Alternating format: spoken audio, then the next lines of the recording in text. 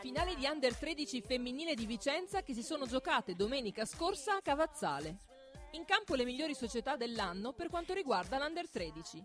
Nella finale per il primo e secondo posto, netto il successo del Grifone Volley di Vicenza, che si è imposto per 3-0 sulla Comem Altavilla.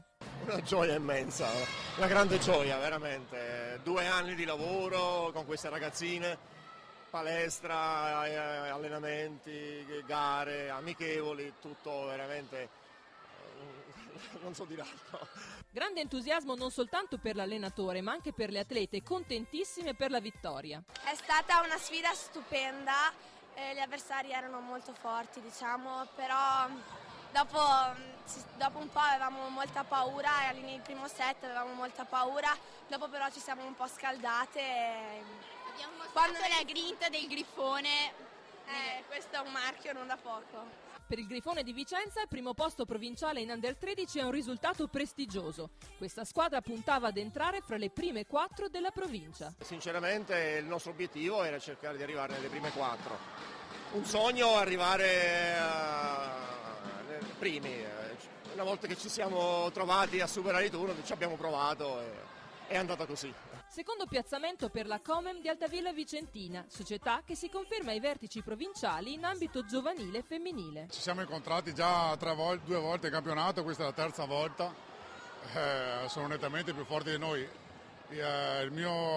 Visto che è il primo anno che alleno su questa società, il mio obiettivo era arrivare in regione, ci sono arrivato, adesso che sono arrivato alle finali ho detto ci provo, però loro hanno indubbiamente molta più potenza, ragazze molto più forti, io ho provato quello che posso fare per contenere questa forza che è veramente da dare applauso agli avversari che hanno giocato molto bene. Nella finale per il terzo e quarto posto si sono sfidate Volley Union Creazzo e Pallavolo Bassano. Storico risultato per Creazzo che ha vinto per 3-0, ha conquistato la terza piazza ma soprattutto prenderà parte alla fase regionale. Noi stiamo vivendo un sogno.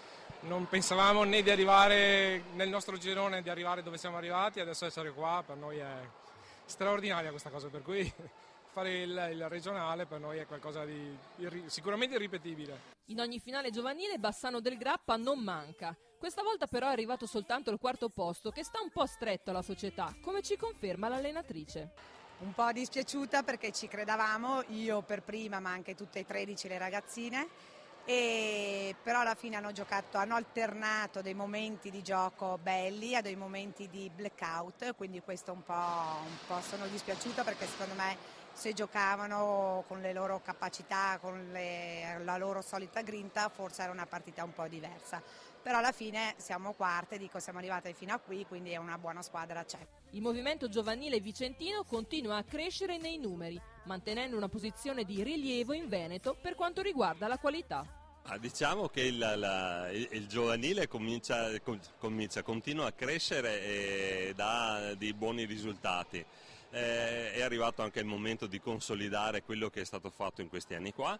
Le società vicentine stanno dando il massimo, stanno offrendo il massimo, comincia a esserci una professionalità non di poco conto, quindi contiamo per un futuro di avere veramente lo sport della pallavolo ad altissimo livello, che conta, e conta soprattutto che i giovani facciano dello sport e che ci siano degli impianti dove possano farlo e farlo volentieri, che è sempre una cosa positiva, non solo dal lato della salute ma anche per la formazione.